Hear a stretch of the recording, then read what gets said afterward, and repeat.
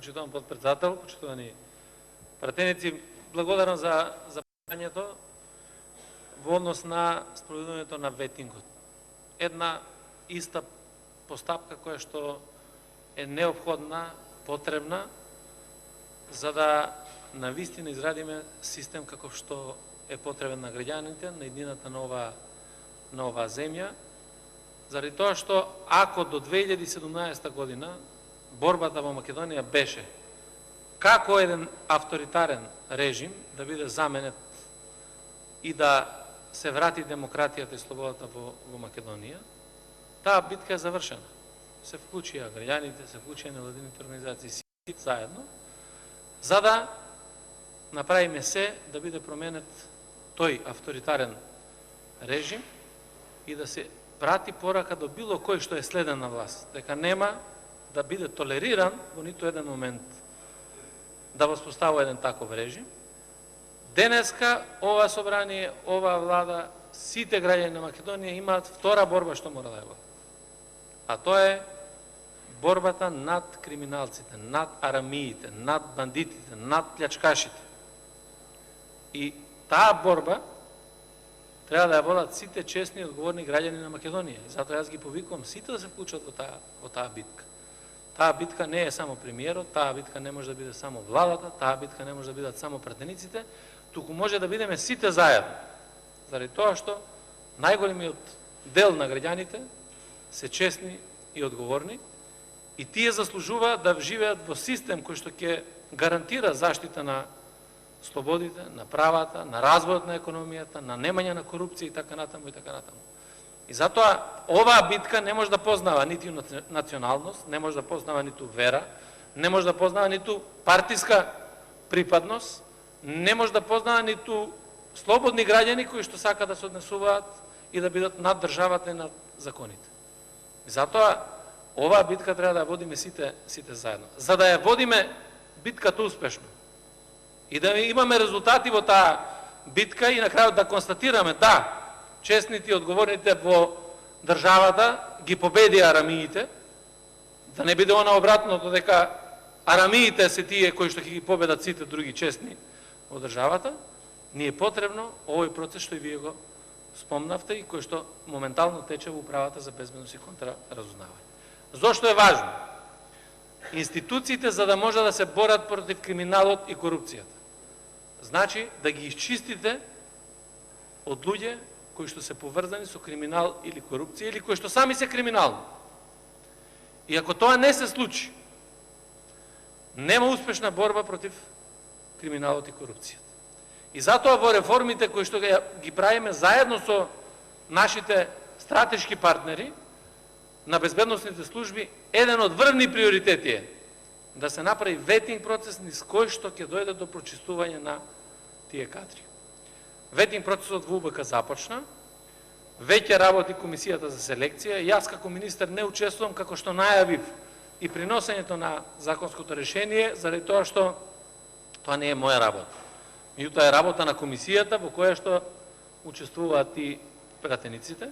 Според мои информации кои што ги добивам од претседателот на комисијата, се одвива по нормален, задоволителен тек целата таа постапка и јас на крајот очекувам дека селекцијата, ветинг процесот во управата за безбедност и контраразузнавање, односно во новата агенција за национална безбедност, ќе резултира со луѓе кои што се пред се родолюби, патриоти, луѓе кои што ја сакаат државата и кои што сакаат да помогнат на државата и кои што ќе се борат против сите девијантни појави во општество. Тука не застануваме.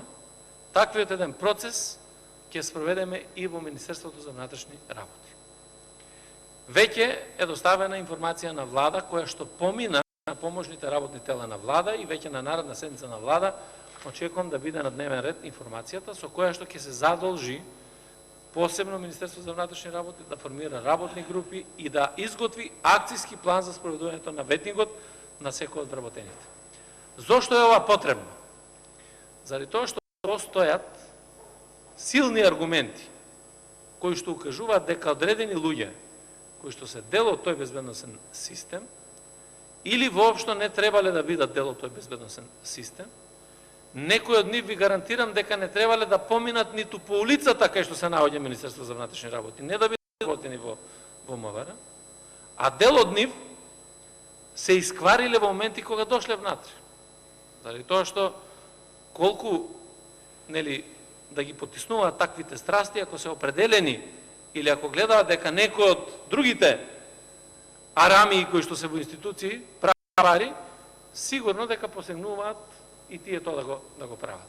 Ќе ви кажам два најнови примери. Јас сум зборувал многу во овие години за фалсификувани дипломи, за учество во криминал. Еве од минатата недела да ви дадам два примери и на вас, и на македонската јавност, и на меѓународната заедница, сите како аргумент зошто мора да имаме ветинг во полицијата. Прво, настан кој што се случи минатата недела, а тој е поранешен вработен, сега пензиониран, во Управата за безбедност и контраразузнавање, заедно со неговиот син, беа фатени со трговија на 50 килограми наркотична дрога во Охрид. Инаку се по потекло струга. Или вториот пример, двајца актуелни вработени во времето на режимот до 2017 година, фатени како употребуваат дрога на улиците во Скопје. Утврдени, вештачени, вчера ги подпишав суспензиите и сигурно дека треба да бидат надвор од Министерство за внатрешни работи. Да не говориме пак за други дела кривични кои што биле, во кои што се учесници, дали е тоа миграцијата, дали е нелегално поседување и држење на оружје, дали е учество во било кои други организирани криминални действија, уште повеќе ни дава за право дека мора да имаме ветинг процес. Да не говориме за образованието и за стекнувањето на дипломи. Тоа е благодарение повторно на таа влада до 2017 година, кога отвори можност дипломи да се купуваат во трафика. Како ќе му текне, како ќе му треба на некој диплома, одма си оди и си купува диплома и на основа на тоа добива не радно место, добива позиција. Па затоа имаше ситуации во кои што доктори на науки по безбедност беа обични инспектори во Битпазар, во Чаир, во Ѓорче, ама шефови се такви со купени дипломи во трафик. Па кога ги купувале барем да водат сметка, и тоа не се водела сметка. Има дипломи кои што беа, односно началници, поставени со факултет за туризам да води одел за управување со возила, а во делот на туризмот да води машински инженер. Тоа само покажува до кој дережени беа институциите и со што треба се да се справиме. И верувајте, колку е интерес на оваа влада, колку е интерес на граѓаните на оваа држава, да се спроведе вако ветинг процес. Мислам дека 100 пати поголем интерес треба да биде на опозицијата за да се испере од се она што го има направено на државата и на институциите.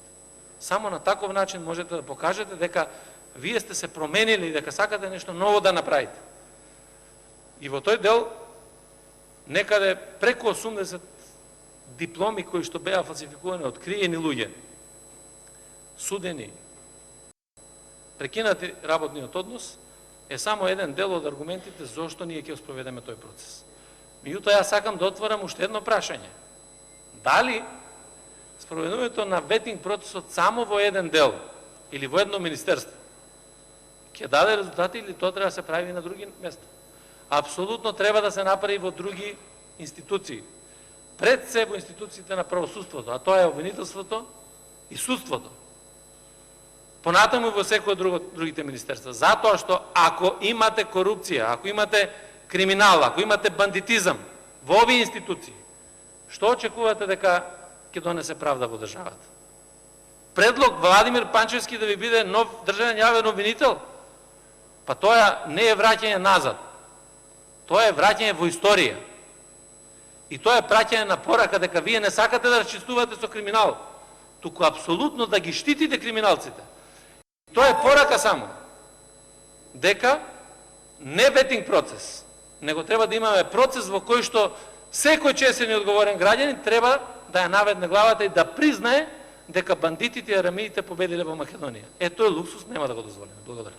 Ви благодарам. Дали